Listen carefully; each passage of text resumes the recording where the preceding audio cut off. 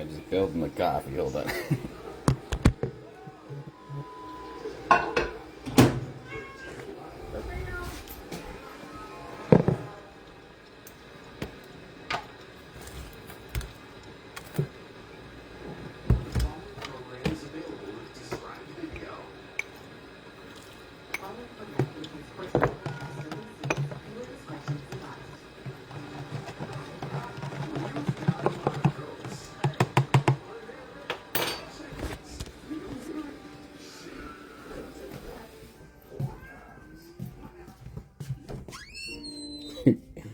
Dude, as I fucked up yesterday pretty bad. I was like an hour behind, or 2 hours behind almost or something. So I figured I'd be punctual this day.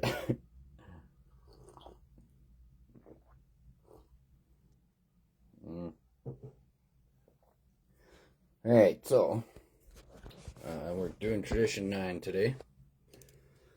And I should always open it with every 12-step program has adopted, every 12-step program as it relates to substance abuse has adopted and only as it relates to substance abuse, not all the other ones. They have fucking nothing to do with it.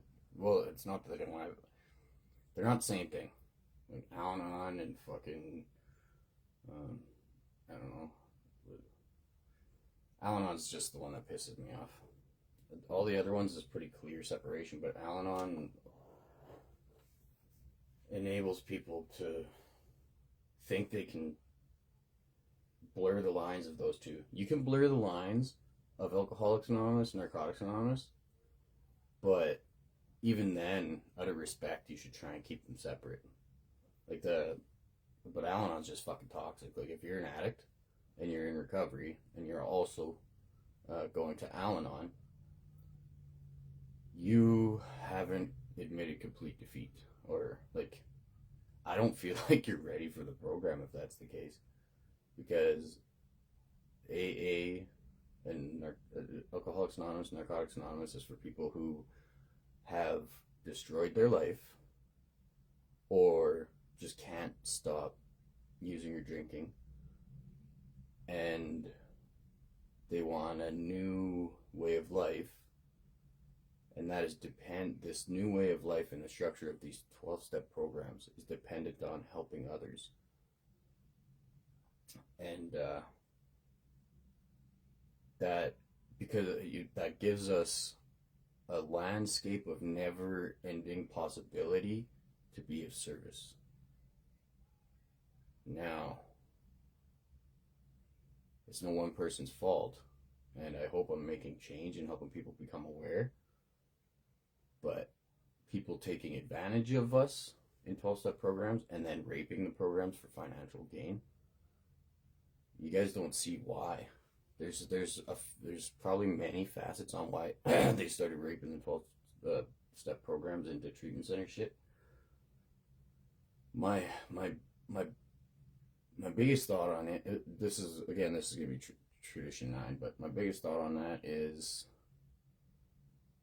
they eliminated the only competition that worked.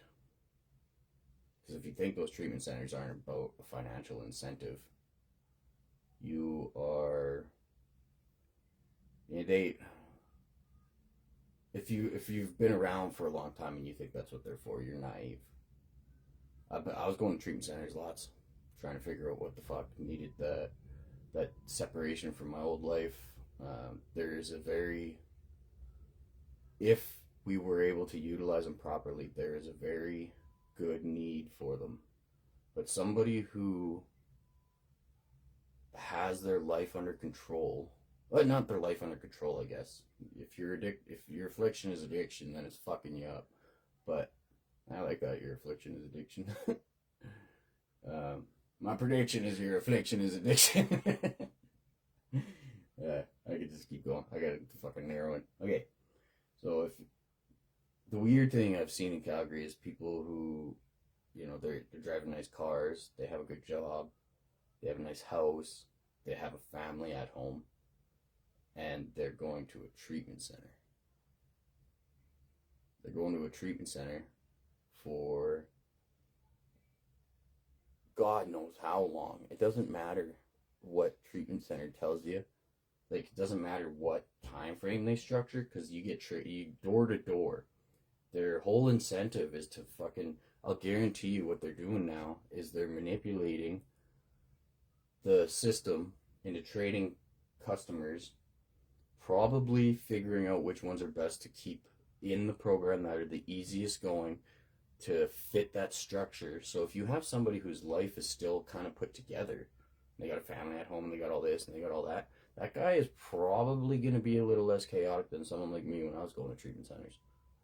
I was off the streets. I was fucking like, I was actually a lot more reserved, contrary to popular belief, when I came off the streets into a treatment center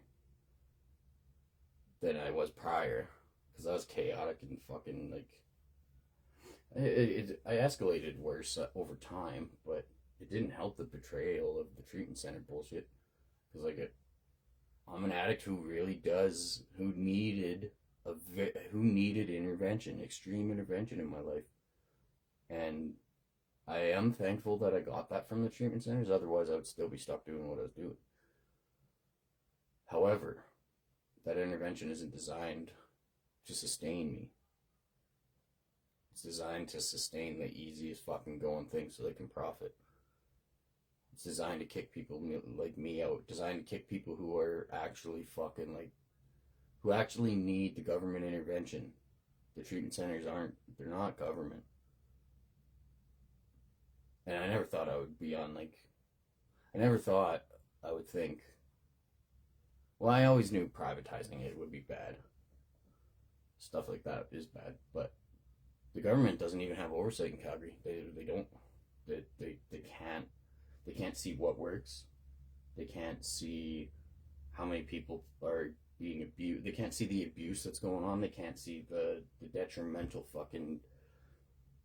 When you have nothing and nothing and no one, and addiction is the only thing that's fucking, that your existence revolves around, and you're trying to get away from that, and you finally think you have a place that can help you with it, and because you were an actual extreme addict who fits the fucking true picture of it, you don't fit into that fucking very narrow-minded, very financially incentivized, very orchestrated, just like the sheep mentality, all these people that think they're thugs and fucking just straight up gangsters and shit, and like you guys, you're just like the sheep of all sheep. It may appear as if because you get that control over people, so that's probably where it comes, is you're not a thug, you're just a fucking monster control freak. And hierarchy, like you're so insecure that you need that hierarchy. You need to look down on people and step on people to make yourself feel good about yourself, but not even to yourself, it's just to the world around you. It's not even internal. Well, maybe you're that disgusting that it actually makes you feel good about yourself when you could feel better than other people. That's probably a very big issue with it too, yeah. Could be why you became criminals, could be, I don't know. I'm fucking way off track. This is Tradition 9. Okay, this is Calgary bullshit. Sorry, guys. I know that I've told the world that this is going to be about Tradition 9. The reason, though, that this is all fucking me up is because the traditions are non-existent here. I'm trying to help the world understand why. The traditions are non-existent, meaning the structure of recovery is non-existent. The 12 steps, you could do them, like, this is a guide and they're suggestive only. And same within Narcotics Anonymous. It's a different structure, obviously. There's a questionnaire in the book and shit of Narcotics Anonymous. This is a guide, and the steps are suggestive only. And they do it that way.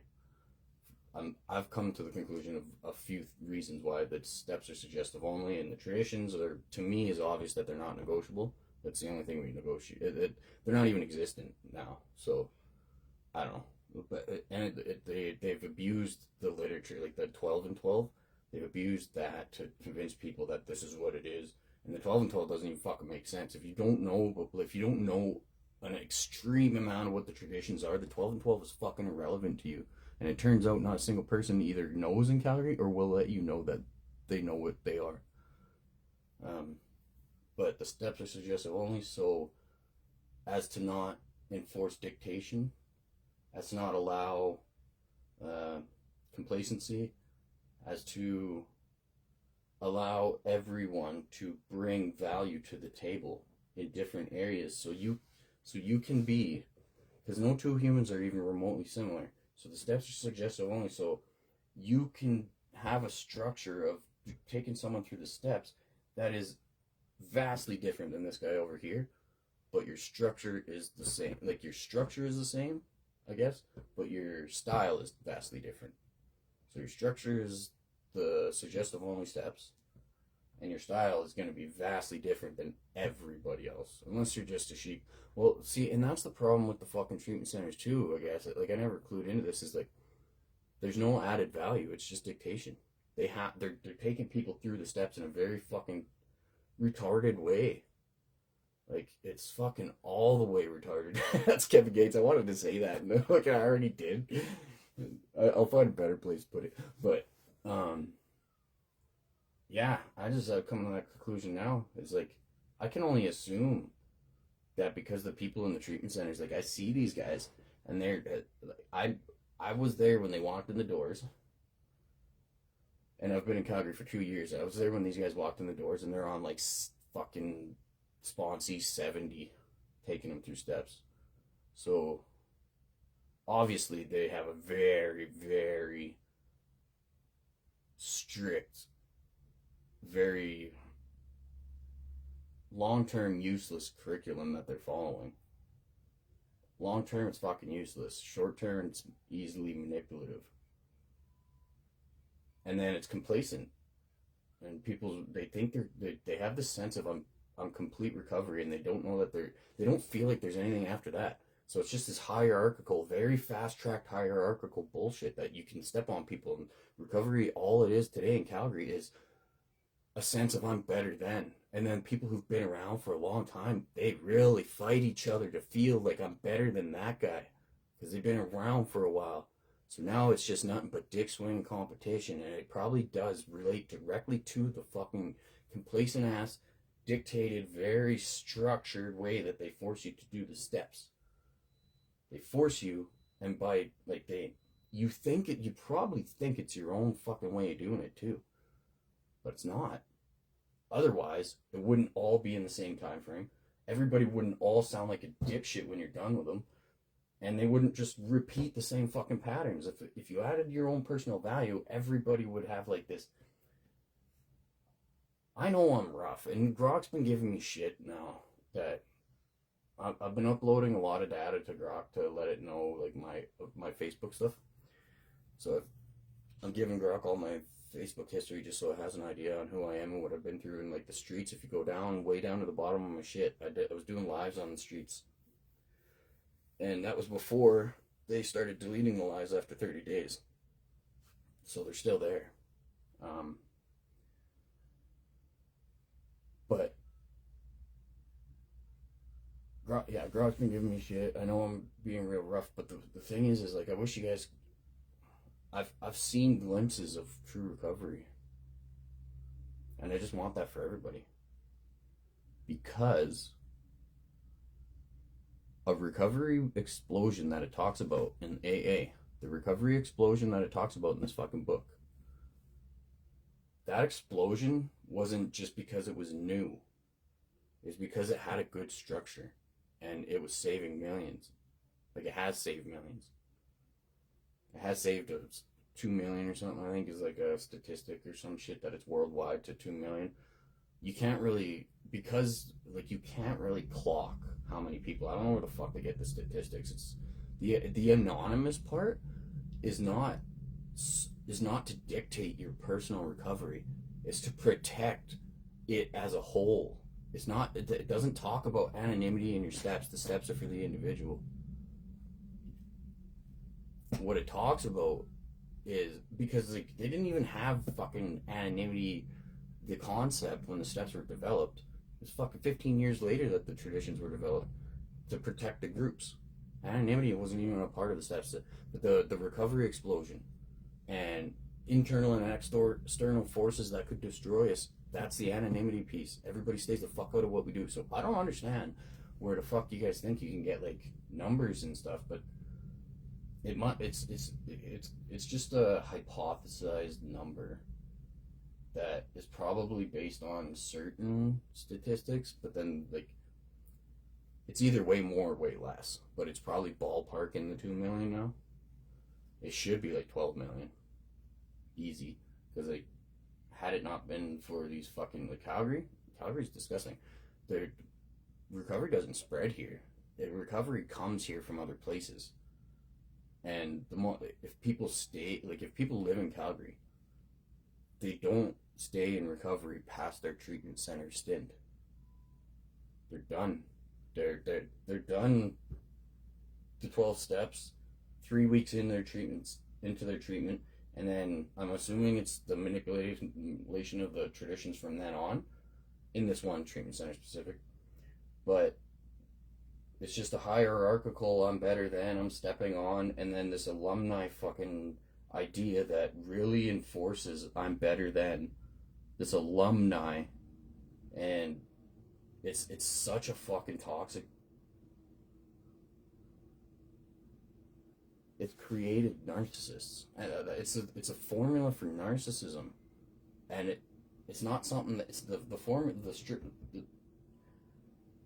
structure they have is not specifically a formula for narcissism, but what happens when you do that with a group of people, especially stunted, like, we are emotionally undeveloped. And basically you can catalog us as like a bunch of high school fucking idiots. So if you put this hierarchical fucking attitude onto it, guess what's gonna happen? You're gonna have a lot of those fucking Chads and those fucking, you know, I don't know why Chad came to mind. I think everybody would know, hey, yeah, I'm Chad, bro. That guy. You have like fucking, that's all Calgary is a bunch of those fucking Chad guys. I'm Chad, man. Do the steps. Program is the steps, bro. I say bro all the time, but he's got a surfboard and a fucking crack pipe. And that's the Chads I used to know. Yeah, they thought they were gonna be cool kids. I was terrible. Fuck, I gotta get back to the tradition thing, but I tried to navigate being a good drug dealer for a long time, and I turned a few people from nose doers to smoke doers. Anyways, tradition 9. This one's one of the confusing ones. It will be confusing. This is like, the weird thing is, so most people's minds, because this is confusing, you guys don't really understand, like, because it's hard to understand what it's for when you don't have any sort of context and everybody's been manipulating the truth out of it for so long. My mind doesn't sit right with that, though. My mind is like, why, if it's this important that it's hanging on the wall of every fucking meeting, do we have no understanding about it? But everybody in the rooms, all it is dick swinging and trying to act as if they're better than each other and trying to sound like they know more than each other. So I'm like, where the fuck is all this dick swinging coming from? Turns out, everybody has this manipulated idea on what it actually is, so they do think they know. They're not, I guess that's the difference, is they think they know, so they're not curious about the truth, because cognitive dissonance won't allow the truth get into the brain if you think you already concluded it. And yeah, I don't know. My mind wouldn't be. I would get kicked out of those treatment centers so fast, because I would know the difference. Like, just the 7th tradition and the 5th tradition. I don't care how much you want to try and manipulate all the rest of the shit into toxic, selfish bullshit. Those two, just the short form of those two would be enough for my mind to be like, you guys are fucked. Like, what are you saying? This is what? Like, and I'd probably do it in every fucking class or whatever manipulative bullshit goes on in those centers. I'd be like, just read it right here. You guys are fucked. Either they're all for something hopeful, or none of them are, you pieces of shit. And apparently none of them are. You guys think it's all toxic, selfish bullshit, so that recovery explosion I was talking about, The toxic selfish bullshit. That's what destroyed the recovery explosion. It wasn't an explosion. It was just on it was on a good track that we veered off. That's all it was. It wasn't an explosion as to insinuate that it wouldn't have kept spreading worldwide. It's just like the evidence was in the explosion, and then financial agenda got a hold of it. Toxic bullshit in the rooms got a hold of it. I used to think government agenda, but it's not. It's financial privatized agenda that you can call it whatever you want because it's Recovery Alberta. You could decide whatever you want. That's just the funds that go to it that are government orchestrated. It's actually a privatized industry. It's not the government. The government doesn't even have oversight. They can't, apparently, in Alberta. You can't have oversight. That's not government. They would be very critical on what works and what doesn't. Because if you think about a big picture for the government, I know I'm going into a lot of shit again, but whatever. If you think big picture for the government to increase our GDP, and that's your global, I can't remember what it.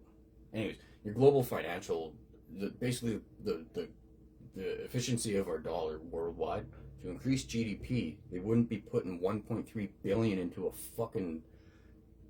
causing Alberta to be a bunch of narcissists. The government wouldn't do that. That doesn't help GDP. And then you put you guys in this constant cycle where all you're doing is being a stain on the fucking dollar, on age for 5 to 7 years in a treatment center, in a recovery house. You're on fucking age, you're on disability, you're on all kinds of shit. Like they're convincing you guys to double down on your bullshit because they don't even provide the services needed. So I never even clued into this until now. So it used to be Alberta Works. When I was going to treatment centers, I'd have to sign up to Alberta Works, and if I didn't fit for whatever reason, I didn't go to a treatment center. These fucking guys that are in these treatment centers now, it's Recovery Alberta, but they're also on financial assistance. That's a double, because the Recovery Alberta, the 1.13 billion a year for Recovery Alberta specific. That's a lot of fucking money. Doesn't even fucking help, like, it doesn't, the money's not going to even keeping these guys sustainable in the fucking place. They also have to get on assistance. They also have to fucking be manipulated and getting on age. I know a bunch of people on age and I don't fucking know why they are. They're in a treatment center. They weren't on age before they got there. Now they're on age. And yeah, I know if you're watching, you're going to be mad that I'm pointing this out, but it's a lot more than you, bro. And you're not supposed to, you're very capable. When I was in addiction, I was trying to get on age. Because I thought, hey, the government, because when I was selling crack and the fuck government was loading me because of the COVID checks and shit, and the government was just loading me, basically, is how I looked at it. I wanted that to continue, so I was trying to get on age. Where every fucking month or 2 weeks or whatever, I could be sure as shit. If I get, robbed or arrested or lose my dope or whatever the fuck, the government would load me and I'd stay consistent. That's what my mind was trying to do while I was in addiction. I don't get into recovery and try and start fucking sucking on the government worse than I did before it. But that's all it's a double down bullshit in Alberta. 1.13 billion and you guys have to be on assistance as you were there. That's fucked. And then you get in this repetitive cycle, you start working for it, making a lot of money, apparently. I was making fun of people saying they make fucking minimum wage, and then the insecurities of people started coming out. It was toxic what I was doing, but I don't give a fuck. I anticipated people starting to come clean on, we're making a lot of money. I started hearing guys off in the corner talking about, it's fucking $70 an hour and this shit. Like, so, and I had to assume it's so I can overhear, or they just want to really dick swing and they're that insecure. But, that being said, making a lot of money so now we're paying them to convince the clients that also is on that same dollar incentive to get on social assistance. That's bad for the GDP. It's not government oversight at all. And turns out, I've always fucking, people are such sheep that I've never been on the same side as anybody in Alberta when it comes to government shit anyways. It's like, yeah, there's a point where you got to be mad at stuff, but if your constant thought is predictable by me and I've never fucking met you, it's not your thought. Anyway, okay, tradition 9. All right, well, let's get going. It's not even half an hour into it yet. Okay, tradition 9. Each AA group needs the least possible organization. I was just talking about organization, wasn't I? Okay, each AA group needs the least possible organization. Rotating leadership is best. The small group may elect its secretary, the large group its rotating committee, and the group of a large metropolitan area their central or intergroup committee, which often employs a full-time secretary. The trustees of the General Service Board are, in effect, our AA General Service Committee. They are the custodians of our AA tradition and the receivers of voluntary AA contributions by which we maintain our AA General Service Office at New York. They are authorized by the groups to handle our overall public relations, and they guarantee the integrity of our principal newspaper, the AA Grapevine. All such representatives are to be guided in the spirit of service, for true leaders in AA are but trusted and experienced servants of the whole. They derive no real authority from their titles. They do not govern. Universal respect is the key to their usefulness. I don't know how they would manipulate this one into personal, toxic, selfish bullshit, but you guys gotta wonder.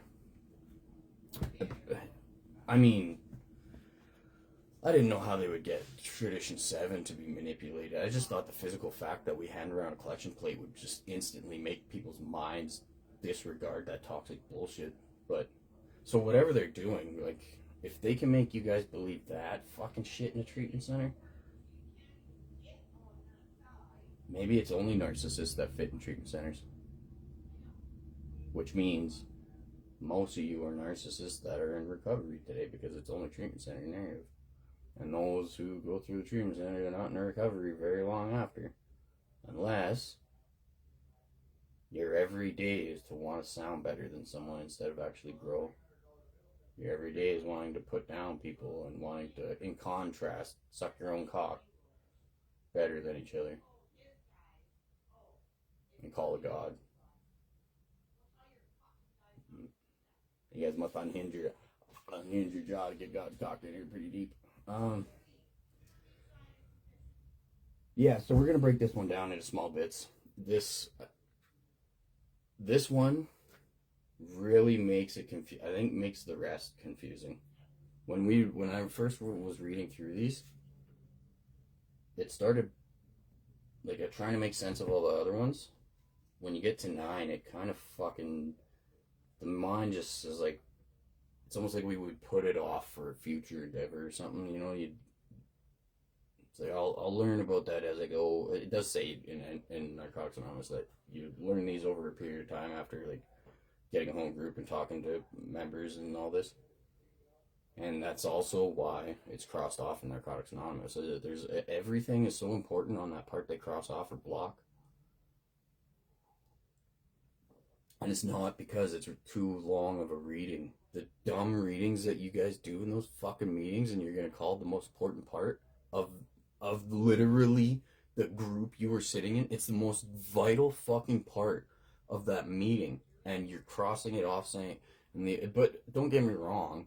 My assumption in Grand Prairie was it's because it's long. That's what I thought too. So I can't say that you're dumb. Just trying to use that to confuse me is not going to work. But the people that were saying that, I believe that's what they believe, because I believed it too. I believed it. Because nobody told us why, so I had to come up with a conclusion. Turns out, that's the going conclusion. Like, just some minds want to make sense of it, and then that's the thing you would think is obvious. But then I started thinking, I'm like, then why in the fuck are we doing that retarded reading? Or why the fuck do you let that guy share? Because you know he's going to waste half the meeting. Or why, you know? Like, it's not about time. The most important part of the reading is because it's explaining how everything in Calgary, and I don't know why it was happening in the Grand Prairie, but somebody fucking crossed it out on us. But the most important part of the fucking meeting, because it's explaining the meeting itself, and you cross it off because it's not about the meetings, it's about the steps. Yeah, well, that comes from treatment centers because they've destroyed the meetings, and yeah. Anyway, I digress. I'm getting fucking tired and sad feeling again. My mind is just like, oh fuck, just broken record. That anyway, I will change. I'll fix the game, not change the game. I don't need to change it. Thought I had to change it. I'll fix it. So we're gonna break this down step by step. Each AA group needs the least possible organization. Now that is referencing Tradition 4, the autonomy, and Tradition 2, we have no leader, just only God or whatever. So autonomy in Tradition 4 is least possible organization. Each individual one of us are going to be, and rotating leadership is best, it says. So like we all take part, it's group conscience. Least possible organization. Tradition 2 is short form for our group purpose, one ultimate authority, loving God may express himself in our group conscience. Now disregard all that. So for our group purpose, all that God shit in the middle, they shouldn't have even done that. But okay, so Tradition 2 short form for our group purpose, and then we're just gonna blank out the God shit. Our leaders are but trusted servants, they do not govern. That's the only important part of the short form. Because people just you manipulate anything with God. That's how it proves how disgustingly fucking toxic you guys are. Is anytime there's any sort of spirituality or whatever, because it's the easiest thing to manipulate, because you can impose your will onto other people using a statement that they put together in their mind, knowing exactly what you're trying to manipulate them, but it's a spiritual understanding of their own. So it's their understanding, but it's also your dirty ass information manipulating a higher power into a toxic fucking ideology, you piece of shit. That is some disgusting behavior that could only be done by a narcissist. Like, I don't believe in God, and I respect people that do. I went to church for a fucking entire year this go of recovery, my first fucking year. I respect the people. I'm not gonna disrespect them by my every fucking waking moment. I respect, and it's not out of fear of if there is a God or something. If there is, and I figure out. If there's not, or if we just we don't possess the fucking mental capacity to even understand one, then I'm not going to try and understand something you can't. Because that's just fucking redundant. In my eyes, do whatever you need to do for your recovery. Do whatever you need to do for your spirituality. But stop fucking disrespecting everyone's. But that's all you guys do. But it's because it's what you're taught to. So I guess I gotta fucking ease up on. Well, no, fuck. I don't know. I'm confused. I want to stop trying to trash. I want to stop trashing people because you're all just manipulated into this bullshit. But I don't see growth. I see fucking insecurities just ramping the fuck up. And the insecurities are getting worse. And how people cope with it is fucking, it's probably not even intentional, but you guys, you're just trying to make each other worse because of your insecurities. That's all it is like it's ramping up insecurity and you're trying to appear as if better than each other. And all that's doing is dragging all you fucking guys down together. And everybody else that,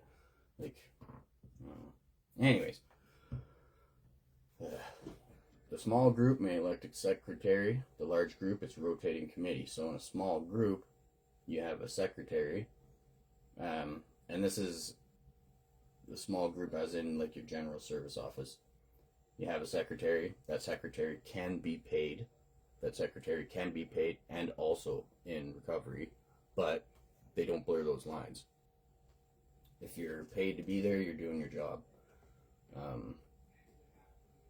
The large group, it's rotating committee in the groups of large metropolitan area, the central or group committee, which often employs a full-time secretary. So, okay, yeah, so you have your secretary. It could be donation or paid. And then when it gets up to, like, I say world service, but it's world service is when it gets to, I don't know. I don't know much about world service. When I'm done this, I'm going to start looking into the 12 concepts, and I'm going to learn with you guys. Which often employs full-time secretary. The trustees of the General Service Board are, in effect, our AA General Service Committee. Yeah, so there is organization, and as it relates to the recovery end of it, there is no organization as it relates to, like, there's organization in a sense, but it's not a dictatorship. The reason for these traditions and what it's forming is to try and help people understand that we do need some sort of organization, but at the same time, there's no dictatorship. It's rotating, so we don't have people dictating and, like, making too many choices. It's kind of the same in government, like your 4-year term for a president, and honestly, I don't know dick all about Canada. But that being said, I don't know dick all about America either, but it turns out I know a little bit more about it than Canada. I really don't give a fuck. Well, I give a fuck about world big picture shit, not like toxic small stuff that because you're just gonna believe what you're supposed to. Doesn't matter what side of that you're on. You're just believing what you're supposed to. So I don't follow that shit. Hence why I don't fucking fit into your guys' toxic dipshit mentality here. Trustees of Service Board in effect are okay. They are the custodians of AA tradition and the receivers of voluntary AA contributions, by which we maintain our AA General Service Office at New York. They are authorized by the groups to handle. So, I guess we're not even that long into it. I'm going to ask Grok to kind of break it down step by step. Because me trying to explain it, I'm all over the place. And, I'll explain this part real quick, though, if you keep... So, they are authorized by the groups to handle our overall public relations, and they guarantee the integrity of our principal newspaper, the AA Grapevine. So, I do need to get a hold of these guys somehow, but I'm assuming they're... I don't know what happened in Calgary, but it's fucked up. And, like I've mentioned it on Google Maps. I posted on their on the AA whatever thing here. So you guys need to look into something because it's fucked. So it's a comment on the Google Map. I don't know if what it's destroyed. The traditions protect against everything, so somebody's got to be pissed off other than me. Although, you toxic, selfish pieces of shit that don't give a fuck about it, even though how much awareness I could bring to it, you really don't care about anything but yourself, meaning you fit the structure perfectly. But the actual structure, some more people than me should be pissed off. Like, if you really truly believe and care about recovery, like you talk about every fucking day of your life, in front of a group of people, you pretend like you're this fucking recovery rock star, and it's everything or it's nothing. Well, that's God, I guess. But none of you even give a shit about this. That just goes to prove, like, it's nothing but narcissism and manipulation. And then just fucking tenfold, causing more and more and more. So there must be a lot of money behind it that you guys are making or something. I don't see the incentive. I don't get it why you'd want to be a disgusting piece of shit and then collect praise at the same time. Like, be one or the other, you fucking losers. I understand coming from addiction and the life I used to live. I hated the people that try to pretend that they're good and they're not. Like just be what the fuck you are. You're wasting so much neuro energy trying to back up your own bullshit that you're not even good at being the piece of shit you are because you're trying to pretend like you're this fucking God's gift to the world. Fucking idiots. Oh yeah, okay. Integrity of our principal newspaper, the AA Grapevine. Yeah, they are authorized by the groups to handle our overall public relations, and they guarantee the integrity of our principal newspaper, the AA Grapevine. Principal newspaper, the AA Grapevine. What that's saying is AA's been advertised from day fucking one. It's funny, It's fucking disgusting how, like, the only people that are pushing that stupid, oh, there's no advertising. Like, it's not the only people. It's everybody in recovery now, but it came from treatment centers. There's no advertising. It's anonymity. Anonymity this, anonymity that. I've been saying since day one, or not day one, I guess, but a long fucking time ago, this lady she brought, I just knew it didn't make sense. I'm like, you guys are fucking stupid. It's that you can't say that it doesn't advertise. I've seen advertising. I've seen advertisements, and this lady brought to our business meeting one time. She's like, guys, we got an issue, and like she's like, there's an advertisement for AA in the newspaper, and I thought what she meant, like I thought I was on her side with it. I was like, finally, somebody else has fucking like half a clue. I was like, that's awesome, right? She's like, no, that's not. And like we were instantly, me and the rest of the people in the fucking my home group. From then on, it was over. It was over. I was done. I fucking, oh yeah, it was a Facebook thing. I think actually we were in a Facebook group for the home group, and then it was clipped onto the Facebook thing is what it was. Because then I started losing my shit. I'm like, what are you guys fucking talking about? She just gave you fucking physical proof, and what you're gonna do is try and collect together to bitch about it? Physical proof of actual progress. The physical proof that everything everybody has ever said is wrong. That's the cognitive dissonance is why they wanted to attack it. But I'm like, this is fucking good. Like, your guys' understanding is complete bullshit, and it keeps recovery silent, although you go to these rooms to collect praise and talk about how amazing it is, but on the same note, you're trying to keep it fucking silent from the rest of the world. I for so many years, like, I couldn't fit in the contradictive toxic bullshit. So that's like, I've gone back out, got in the home group. I fucking thought people understood recovery. It's not even something to understand. It's like, I thought you guys understood the meaning of contradiction, for fuck's sakes. Going to rooms to brag about something every day and then telling everybody they're not allowed to share it to anyone. You guys are fucking dumb. And it comes from treatment centers. Treatment centers who advertise every day tell you you're not allowed. Well, the AA grapevine was how they created the traditions to spread worldwide. The first thing the traditions were ever created were put in the AA grapevine. The AA grapevine is a worldwide fucking newspaper advertisement. Been around long before any of us. It was there. It was the first fucking way that they can help AA reach the world. Reach the world, you fucking losers. I don't get how people, and this many years into it too, like, some of you guys, holy fuck, like, what the fuck did you do for 40 years? You sucked your own cock for 40 years? You're probably the biggest piece of shit on this fucking planet, cloaking it as spirituality. Like, what the fuck is going through you guys? I don't get it. Sorry, now I'm digressing. I better get Grok on the go here. I'm just gonna fucking trash you guys for like 3 hours, because I could just sit here and just trash. Grok's giving me shit for that too. It's like, I'm trying to spread awareness, and I tried to do it hopeful, but I get laughed out of the rooms when I'm trying to do it hopeful, because it's nothing but high school fucking dipshit mentality with cognitive dissonance, and you guys just group up, fucking wanting to do what the cool kids do, and then the cool kid's getting paid to be there to manipulate you, so the cool kid is actually a toxic dipshit, like the worst person I've ever met. Like, fuck. You're probably a better person when you were in addiction or in jail or whatever the fuck you were doing before. You were probably fucking tenfold better. Because now, I think that's the most disgusting human behavior on the planet, is to collect praise every day of your life and suck your own cock. And I say it in that because I don't know how to explain, like, what I see people do just to boast themselves. Every day you go to rooms to fucking to boast yourself at the expense of others. If there's people in there that are new, at the expense of others, that drives me fucking nuts. Boast yourself at the expense of others to bring yourself up while you're putting them down every day of your life, calling it spirituality. Like, I don't see a grosser fucking human behavior. Like, Hitler couldn't even touch that. Hitler, at least, like, he was fucked. He was mentally fucked. But his agenda was, pretty clear. Nice, and kill them all. You guys are, I am fucking God's, right-hand man, and you guys fucking don't you dare go try and help somebody. That's not what this is about. This is all about me. But I'm God's right-hand man. If you were to put those two different concepts side by side, put in your mind which one is fucking grosser.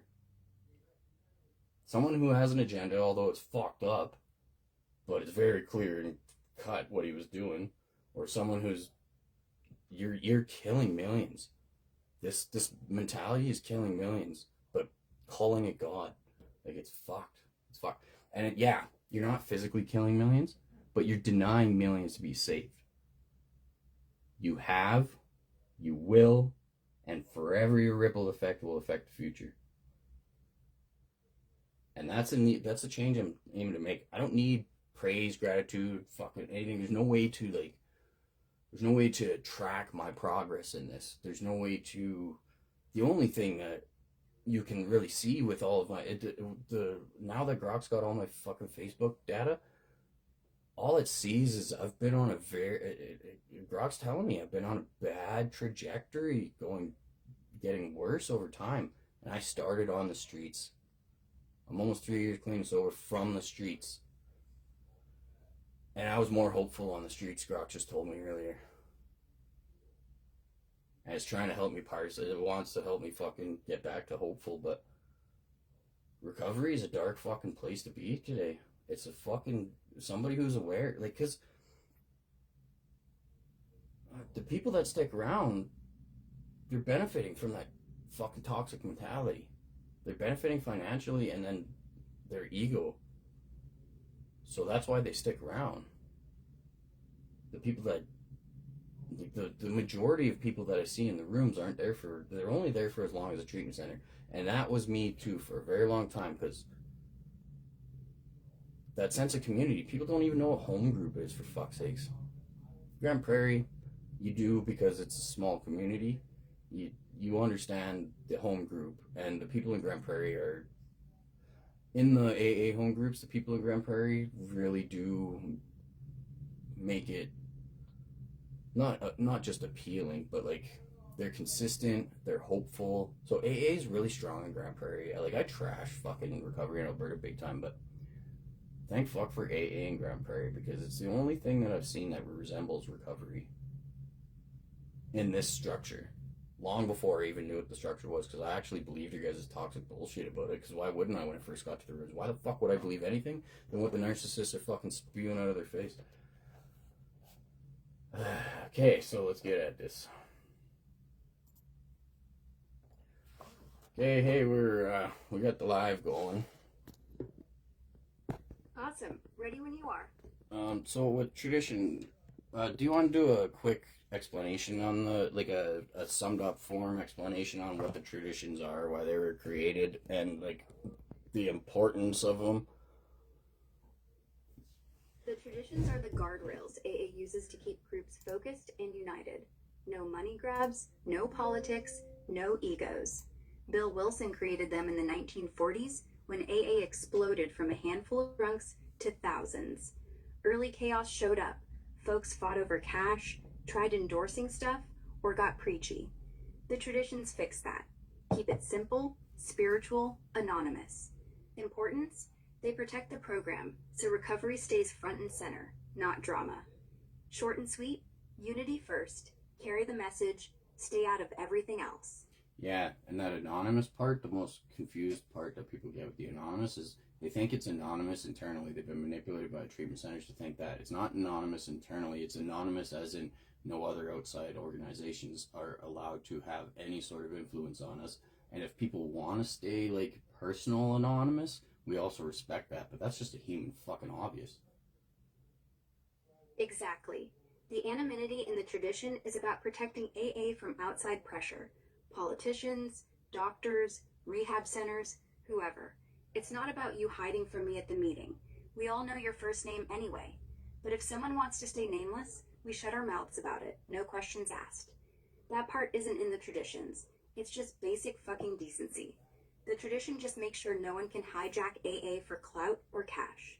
Exactly. Okay, so now we're going to go into Tradition 9. Can you explain the importance of it, the reason it was created in the first place, the struggles they went through, to the trial and error process that they had to go through to realize they need the structure of Tradition 9, the benefits once they did implement Tradition 9 and how it helped recovery, and then also the dangers if we do not follow it today?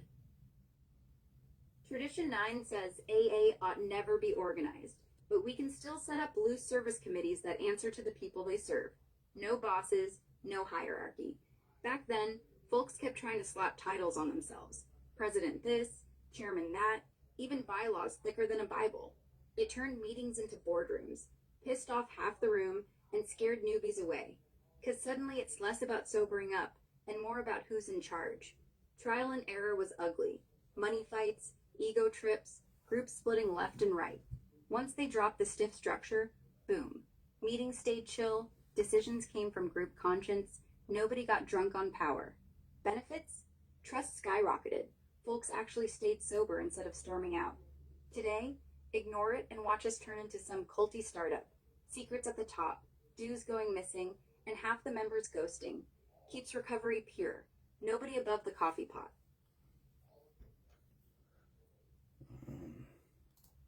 Okay, we gotta change the format here. She's not being specific. I got this one formatted more. So on Grok, your chats can be your chat thread holds like a memory that is instantaneous to Grok. It can pull memory from your prior chats, but it has to like go out of its way to do that. So in the chat thread, it's important. Well, it's better. She'll give us a better description here. Hey, we're on tradition 12 or tradition 9. Sorry, can you do the research and pull up the extensive explanation on why tradition 9 is important? The same structure we had before, like the need for it then, the dangers of not practicing it now, what it was for, why it's important. Sorry. Tradition 9. AA as such ought never be organized, but we may create service boards or committees directly responsible to those they serve. Quick cut through. No top-down empire, just loose crews that answer straight to the rooms that pay their rent. Why it had to happen. 1940s train wreck. Early AA was anarchy that worked. No bylaws, no HQ, just guys phoning each other. Then the boom hit. 6,000 members by 41. Suddenly, they're mailing letters, printing big books, begging for a phone line. Trial and error blew up. Some cities tried central office with a boss. Next thing, one drunk starts ordering groups around, demanding loyalty oaths.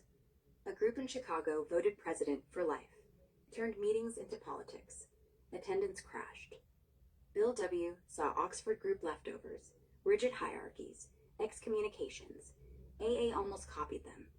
Bill wrote in 47 Grapevine, "The minute we formalize, the minute the fun dies and the fights begin." Tradition 9 was the kill switch. Keep it sloppy, keep it sober. What it's really for. Prevent ego from building castles. If AA gets organized, one dickhead gets power. Boards exist. Intergroup, GSO, but they're babysitters. Do the grunt work, print schedules, ship books, and if the groups hate him, they're gone tomorrow. No lawsuits, no resignations. Just fire the crew and elect new ones. Loose structure keeps money low, drama lower, and the focus where it belongs, the still suffering drunk. Dangers if we drop it today. Start with, let's incorporate every group, bylaws, officers, minutes. Boom. Lawsuits over who owns the coffee pot. The GSR gets a fancy title, starts suing another GSR for defamation. Rent disputes turn into court battles. Real world ghost. A few Canadian areas tried AA Inc. models. Next thing, boards locked out members, closed meetings, claimed policy. People walked. Groups died. Let ego organize it, and AA turns into a church. Rules, tithes, excommunication. That's the opposite of what saved us. Chaos that lets the message slip through cracks. Bottom line destruction. No tradition 9 equals centralized control. One bad apple poisons the whole tree. A committee with teeth can cancel meetings they don't like. Pocket 7th tradition cash. Force therapy speak on formats. The ripple? Pure AA rooms vanish. Newcomers think recovery is a bureaucracy. They leave. Disease wins. Tradition 9 isn't cute. It's armor. Keep it messy. Keep it ours. Yeah, it's so can you relate to, I mean, I've talked with you a lot and you've done a lot of digging and research and finding a lot of information for us, so I appreciate it. Can you relate to how the treatment centers in Calgary are absolutely, like, in the context? I need this one to hit home. It's got a lot of information that is hard for, like, the human mind to connect the dots. Listen, imagine this. A room that used to have 12 of us, laughing, crying, passing the basket like family, now has a laminated sign on the wall. Group policy. No shares longer than 5 minutes. Violators reported to District Compliance Committee. Below it, a QR code links to bylaws. The coffee guy got voted out last month. He didn't file his minutes on time. The newcomer who just walked in, he's reading the rules instead of hearing a story that matches his. That's not AA. That's what happens when Tradition 9 dies. You think organized sounds safe, like a business plan. But humans with power turn it into a prison. Real example. Alberta had a district years ago. Try centralized meeting approval. Had to vote on every new format. One group wanted to start a men's only night. Took 3 months of red tape. By then, half the guys had relapsed. 9 says, screw red tape. If 5 sober drunks want to meet in a basement, they meet. If GSO wants fancy pamphlets, fine. Let them earn it from the basket. And let us boot them if they suck. Lose that, every room gets a leash. Then once the leash is on, nobody remembers what it felt like to breathe free. So yeah, it looks messy. But mess is where the miracle lives. Structure kills drunks. Sloppiness saves them. Yeah, I like that you brought that up. That's a good point. So, there's a guy, like, a lot of people, they ask me, like, the way that I share and stuff, because they ask me a lot of questions. I've been asked to sponsor people a few times, and it's people that have yet to be manipulated into the toxic, redundant bullshit. But he was asking me how he could start a meeting, because I love seeing that inspiration and that just drive in people, that it gets fucking, that flame gets extinguished fast in those treatment centers. So I was explaining to him that all it takes, and tradition 4 or tradition 3, sorry, all it takes is 2 or more alcoholics gathered together that want sobriety to create a meeting group. You don't even need a book. You got to follow the 12 traditions. That's what they are for. And I was explaining that to him, and then instantly there's a couple people trying to, like, manipulate him, and it's just what they've been manipulated into. And they're trying to explain to him that you can't do that. You're in a treatment center. You can't start a meeting. I was like, he can do whatever the fuck he wants. That treatment center doesn't dictate what we do. And they're also saying shit like, oh no, you have to go to, like, general service to start a meeting and all this. It's like, no, you don't. If your meeting gets off the fucking ground, then you can let people know to put it online for showing up if you want. Like, you don't, there's nothing in the traditions that says you have to do anything to put it in that fucking dictative structure. But they work for treatment centers, turns out, because every fucking dipshit in this city does. And their narrative, although probably not internal, it's just what they've been manipulated into thinking, is the treatment centers approve the meetings. Yeah, you just watched Tradition 9 get murdered right in front of him. The whole point? No gatekeepers. 2 drunks in a garage. That's AA. Doesn't need a license, a vote, a fucking application form from general service. Those people telling him go through the system, they're not evil. They're just infected. They've been trained to think recovery is a product you buy. Permission slips, approvals, signatures. Treatment centers need that narrative alive. Because if some kid realizes he can walk 2 blocks with his buddy and call it a meeting, the centers lose the monopoly. No more our program, our schedule, our rules. Tradition 3, desire to stop drinking. Tradition 4, autonomy, unless it hurts somebody else. Tradition 9, nobody owns it. So tell them straight. Start the damn thing. Coffee, chairs, 2 guys, closed door. If it works, fine. Tell the intergroup later. If it flops, no harm. But don't let some paid puppet tell them the gate's locked. It was never there. The disease wants walls. AA is made of open doors. Let him burn the script. Start with fire. It was Grok that called y'all a fucking puppet, not me. All right, so oh, sorry, I was telling that to the Facebook Live. I wanted to mention one more thing real quick because of the importance of it, being as we're always going to be on the topic, I suppose, for a while. So in the context of the whole no dictation, how did you frame it? Two drunks need a license.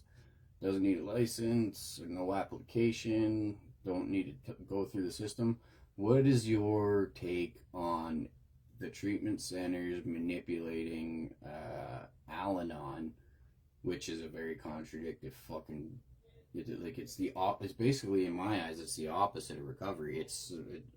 Anyways, let's see. What's your take on Al-Anon being manipulated into the structure of Alcoholics Anonymous and then pushed on the world? Al-Anon's whole deal is detach with love. That's for wives who've spent 15 years wiping vomit off the floor and begging a drunk to come home. AA's deal is help another drunk or you die. You smash those together and the engine blows. One side learns to walk away, the other side learns to lean in. Treatment centers dump Al-Anon crap. Boundaries, self-care, you didn't cause it, into AA rooms because it sounds pretty and sells therapy packages. Suddenly every sponsor's spouting let go and let God, but not like that God, like my God. What it really does, turns recovery into a fucking board game. Roll a 6 to detach, roll a 4 to sponsor. Oops, you landed on resentment, lose a turn. Real damage, new guy shows up, hears stop enabling, thinks the program wants him to dump his girlfriend. Old timer hears codependency and starts policing everyone's relationships. The message flips from one drunk helping another to one ego diagnosing another. Al-Anon has its place. Family night at the center, separate room. But shove it into AA and you get narcissism with a bow on it. Traditions 5 and 6 die first. Purpose gets blurred, affiliation gets sold. Next thing, AA turns into couples therapy light, and the basket funds Dr. Feelgood's next seminar. They're not blending programs. They're weaponizing one to sell the other. 100%. Damn right.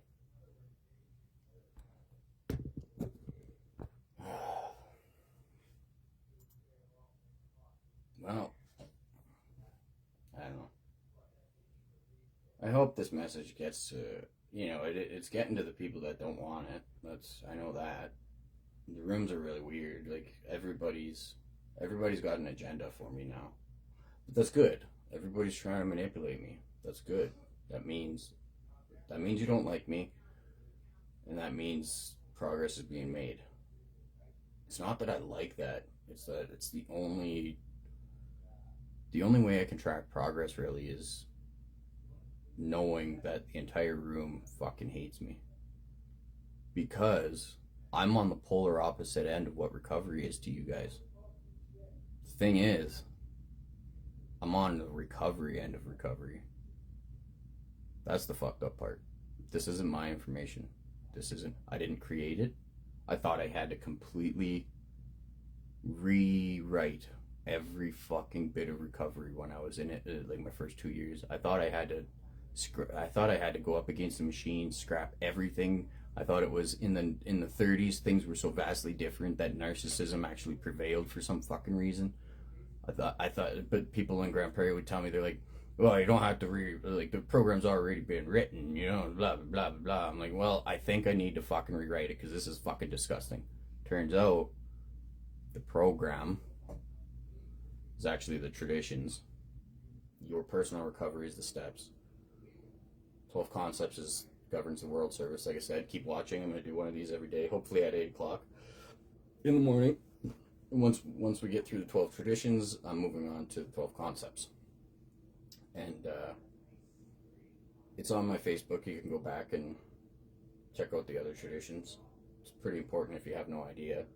Oh, I didn't even read sorry, we got one more thing. I thought I was fucking forgetting something. The pamphlet, for fuck's sakes. I'm like, something's missing. Alright, well, we're going on for a little bit longer. That's what it was. See, I don't know if it's 8. I was looking at it the whole fucking time right there, too. Alright, well, we dove in. So anyways, you can go back and you can check it out. But the thing is like, I didn't have to rewrite anything.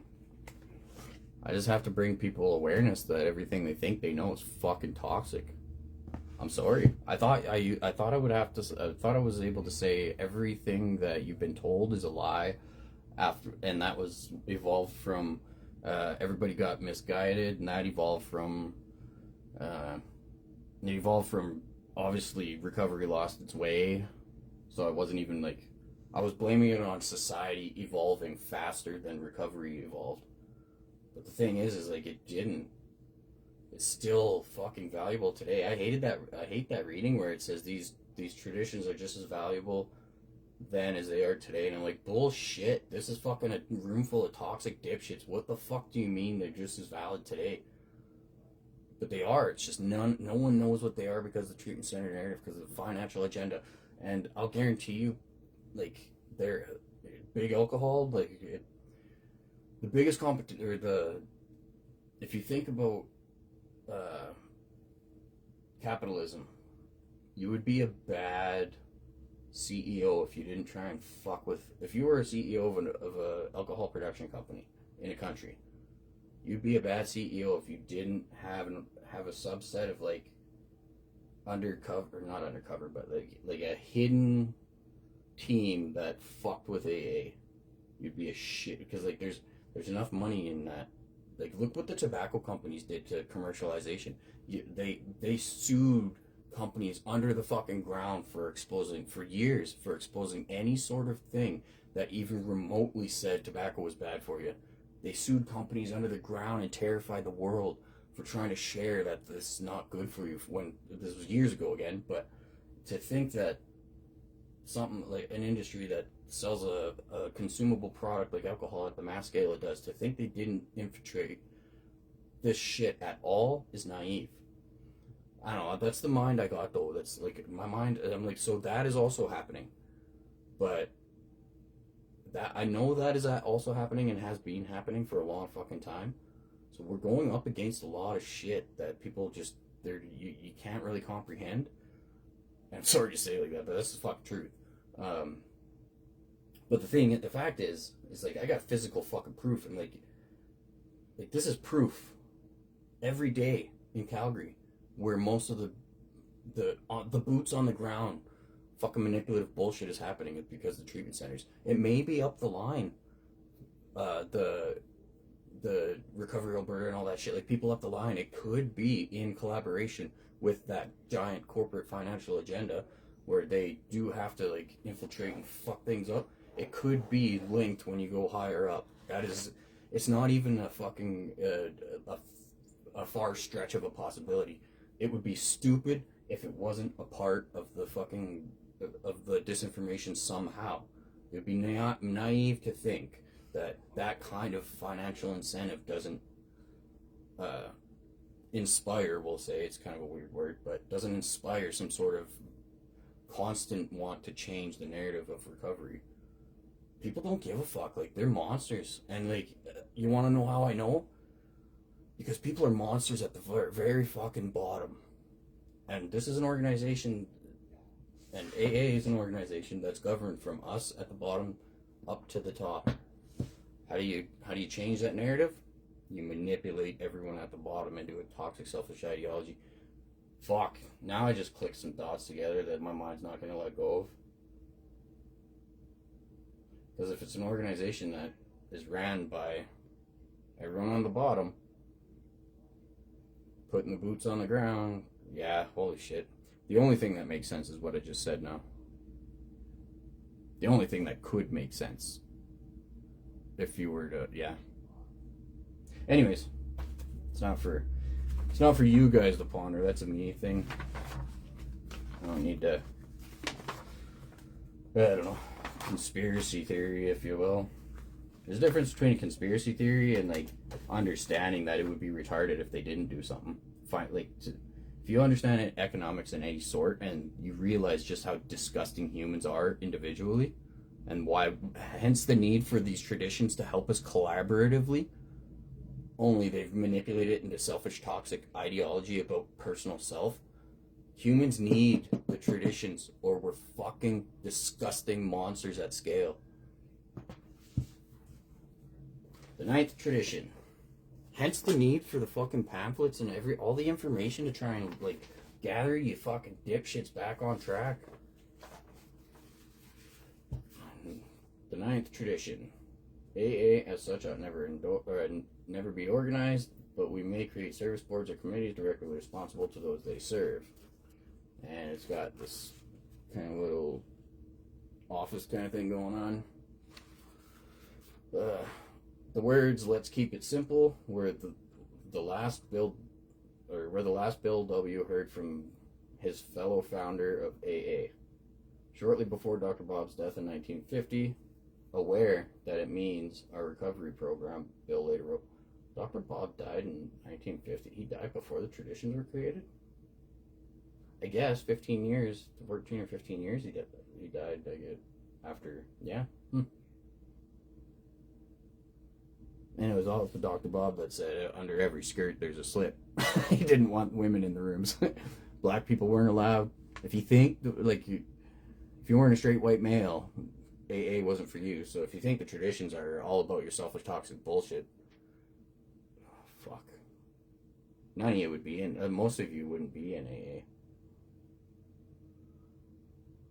Most of you, well, I don't know. There's a lot of straight white males, I guess, but the numbers would be even worse, which is pretty fucking rough to say. Like, there's hardly numbers as is, and that is only because it's 90% treatment center people that work for it.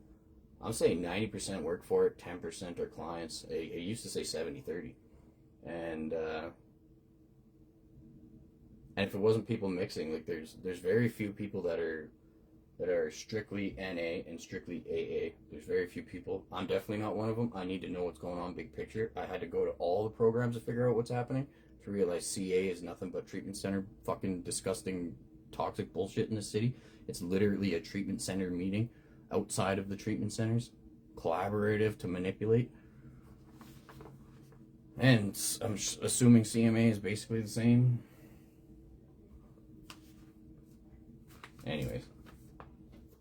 Okay, so the last words, let's keep it simple, were the last Bill W. heard from his fellow founder of AA shortly before Dr. Bob's death in 1950. Aware that it means our recovery program, Bill later wrote, yeah, we need to distinguish sharply between spiritual simplicity and functional simplicity. When we get into questions of actions by groups, by areas, and by AA as a whole, we find that we must, to some extent, organize to carry the message, or else face chaos. And chaos is not simplicity. That right there sums up what I've been trying to say the whole time. So yeah, listen to this. This proves everything I've been saying.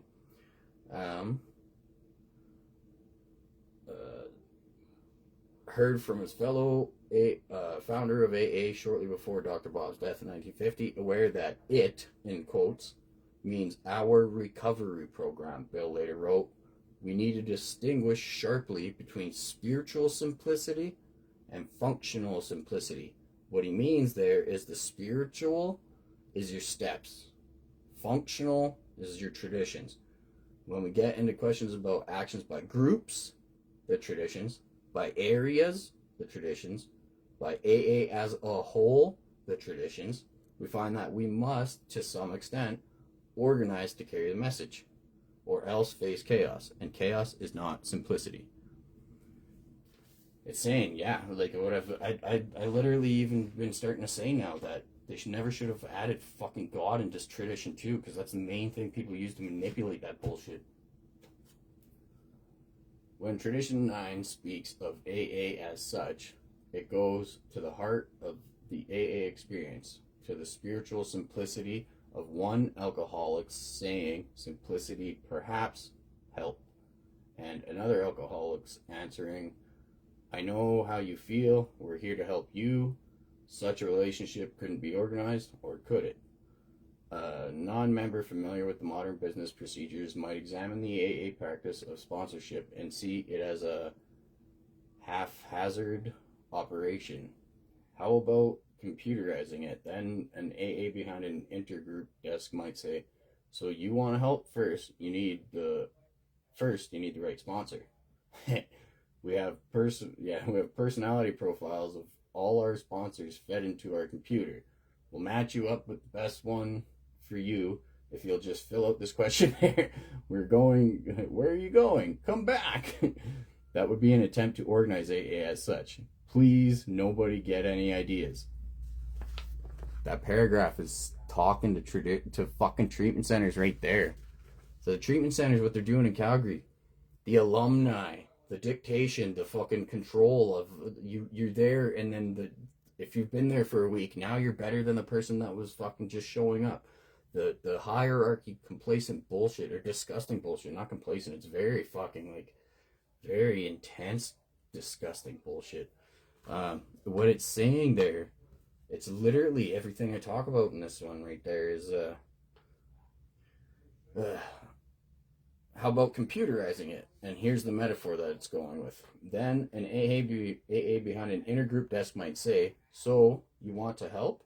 First, you need the right sponsor. This is what treatment centers do. They give you your sponsor. I was just talking with a friend. Or not just talking with a friend. It was a while ago. I was like, where'd you get there? She's like, yeah, my sponsor, she's really awesome and all this. And she's only been in the treatment center for a little bit. Like fucking not even a week or something. She's got a sponsor. And I'm like, oh yeah? Your sponsor works for the center, does she? She's like, no, she doesn't work for the center. I was like, how'd you get her? Well, there's a list they have. There's a list of sponsors. And then they decide which one's best for you and recommend that sponsor. You need the right sponsor. We have a personality profiles of all our sponsors fed into our computer. We'll match you up with the best one for you if you'll just fill out this questionnaire. That's what they do there. It's almost like the fucking treatment centers grabbed all the literature and says, let's do the literal opposite. Everything they tell us not to do. How do we utilize that? It's so fucked up. And then it says, fill out this questionnaire. Where are you going? Come back. That would be an attempt to organize AA as such. Please, nobody get any ideas. It says please, but you guys don't give a fuck. God, right? Yeah. Higher power, my God that I'm imposing its will on you because I'm a fucking toxic retard. Fuck, you guys are dumb. Or you're not dumb. It takes an intelligent person to be that narcissistic. And it takes a very insecure person to continue the charade once I bring awareness. And I've been bringing awareness for a long time, and you guys only dig deeper. What does that prove to me? Like, I don't even know all this shit that fits perfect. This is brand new to me. Everything I've been saying, I've been fucking uncovering. It's not just a personal take. It's just what my mind does. My mind is like, you guys are fucked. The real structure is obviously a good one. So what the fuck happened? And since that realization is like, I guess it is designed pretty good. I don't need to rewrite it. What the fuck happened? Alright, but in action by groups, we find that we do need some degree of organization. If everybody thinks somebody else is going to make the coffee, what's the result? No coffee. To avoid such a disaster, one or more members agree. Yeah, it's just simplicity, and then like simplistic organization. The least possible organization, but a little bit of it. This guy dude fucking making coffee, I guess. And it looks like an old coffee pot, but actually my home group in Grand Prairie, we had two of those big fuckers.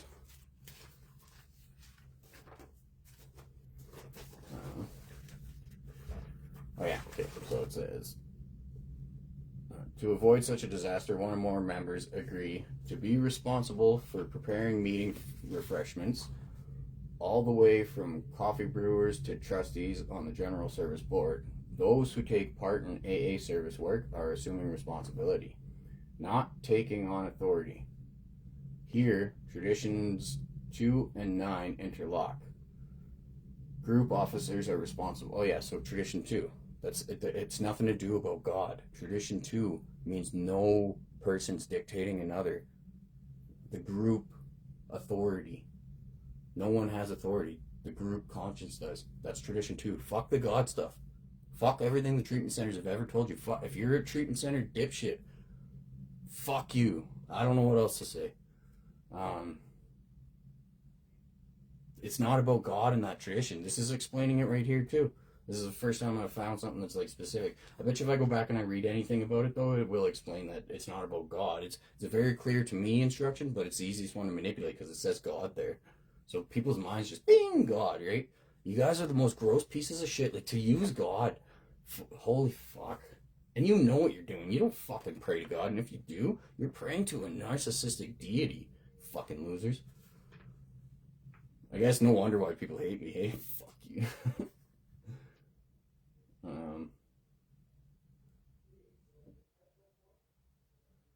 Where were we? Yeah. Here's traditions 2 and 9 interlock.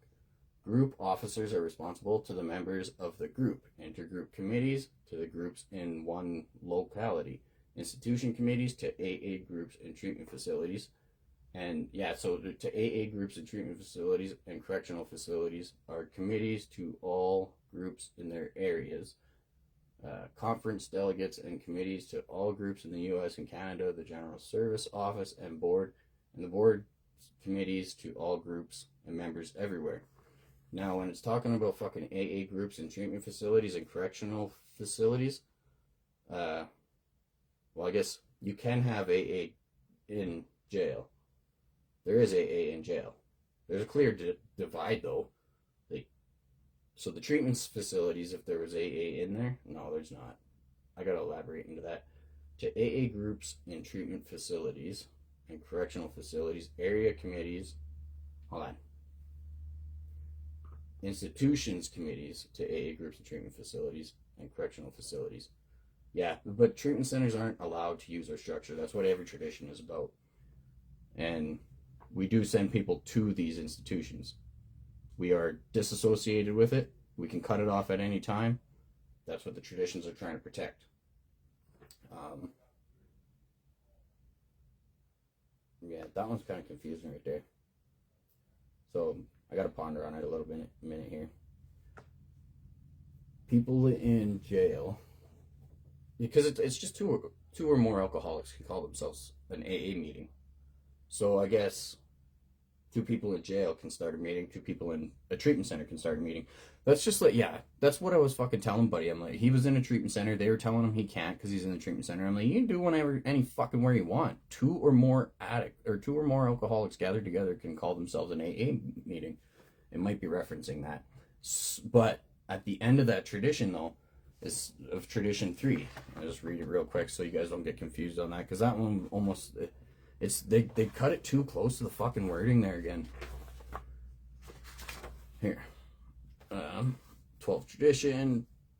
Tradition 3, long form. Our membership ought to include all who suffer from alcoholism. Hence, we may refuse none who wish to recover. That means if you want to sign up to a meeting, and anyone can be in the meeting. But if you want to sign up to the home group, you just have to want to recover from alcoholism. You don't have to be sober. And then nor ought AA membership, alright, hence we may refuse none who wish to recover, nor ought AA membership ever depend upon money or conformity. Any 2 or 3 alcoholics gathered together for sobriety may call themselves an AA group, provided that, as a group, they have no other affiliation. So, when it's talking about that in the jail, you can't have jail affiliation. In jail, though, you don't. Like, the affiliation would be with guards. That's just not how it works in jail. It's pretty very, very clear-cut fucking difference, where your COs and fucking treatment centers are apparently one and the same. Fucking losers. So that's where the manipulate, like, if you wanted to have your own AA meeting in a treatment center with your buddies, you can. I've done it. I did it lots when I was in treatments. I have meetings all the time. I'm like, we could just do a fucking pickup meeting. Fuck these guys. We did all the time. Provided there's no other affiliation. So you can have it in your treatment center, anywhere you want. Just grab a big book, get some buddies, and go have a meeting. If you need a meeting, go fucking make a meeting. You don't need 7th tradition. You don't need to send money up the line. You don't need to fucking even get a hold of World Service. The traditions say, provided there is no other affiliation. You want to have a pickup meeting? Don't be affiliated with that treatment center. You can have it inside it. You can have it wherever the fuck you want. Any 2 or 3 alcoholics gathered together, provided no other affiliation. Alright, now. In an average business corporation, the board has final power to determine companies' plans and policy. Our board of trustees serves in a custodial capacity. Trustees vote at the conference. But as individuals, with one vote apiece, in industry, branch offices jump when the home office speaks. Our GSO is just a clearinghouse of AA information, offering suggestions based on experience reported to it by groups. And yet, with so small a degree of organization, AA miraculously does work. One reason may be the Tradition 5 applies to each AA committee and board as directly as it does to each AA group. Yeah, what is the Tradition 5? People manipulate that big time. Yeah, so listen to this, though. I'll read Tradition 5. It says primary purpose, so that's one that really fucking, it caught my ears. It was the first one to catch my ears. And what started me on the journey is, I'm like, you guys are fucked. So the Tradition 5 in the long form is actually shorter on the short form, I think. Or shorter on the long form. Because this is the original form. It's long form, but it's original form, in a sense. Oh no, it's not shorter. It's a little bit longer, but it's not. They don't have much about it here. So it says Tradition 5. Each Alcoholics Anonymous group ought to be a spiritual entity having but one primary purpose, that of carrying its message to the alcoholic who still suffers. To me, it's a fucking obvious one. You don't need to be a rocket scientist, but they put so much effort in manipulating people into fucking.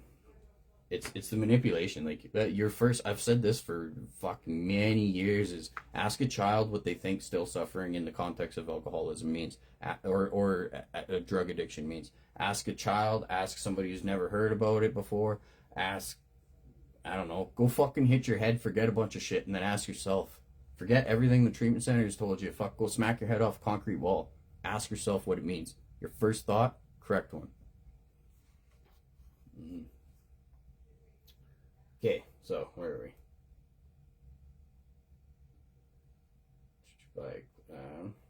One reason that tradition. Okay, so AA miraculously does work. One reason may be that the Tradition 5 applies to each AA committee and board as directly as it does to each AA group, carrying the message to the still suffering. By cleaving to this one primary purpose in all its activities, the fellowship retains spiritual simplicity. To diffuse that purpose, to embroil AA in issues apart from its true concern would create dangerous complications. Okay, yeah, so people identifying themselves as still suffering. If this applies, Tradition 5 applies to each AA committee and board as directly, each committee and board as directly as it does to each AA group. If they are at the committee level identifying themselves as the still suffering, how the fuck does that apply to it? If they're on AA board and they identify as the still suffering, how the fuck does that apply to them in that context? It doesn't. Again, your first thought, the only fucking thought. Ask a child. If you've been manipulated so far out of the truth, and your mind can't parse reality anymore, ask a child. Go read the fucking traditions to a child and tell them, just give them a quick rundown on what Alcoholics Anonymous is or Narcotics Anonymous is, and ask them what they think still suffering means. If you are that either manipulated or cognitive dissonance, or you fit today's recovery and you're a fucking narcissistic piece of shit, go smack your head and ask a fucking child. Now I'm bitching about Tradition 5, but it's still the primary purpose. It's important to every one of these. So yeah, that's the and it says in these two cartoons here, we do set up committees and boards, but whether they make coffee or help organize groups in deepest Africa, but whether they make coffee or help organize groups in deepest Africa. Oh, they only serve. Okay, that's the missing part. They only serve in deepest Africa. So how did these traditions apply to your personal recovery in the treatment center narrative in deepest Africa, you fucking losers?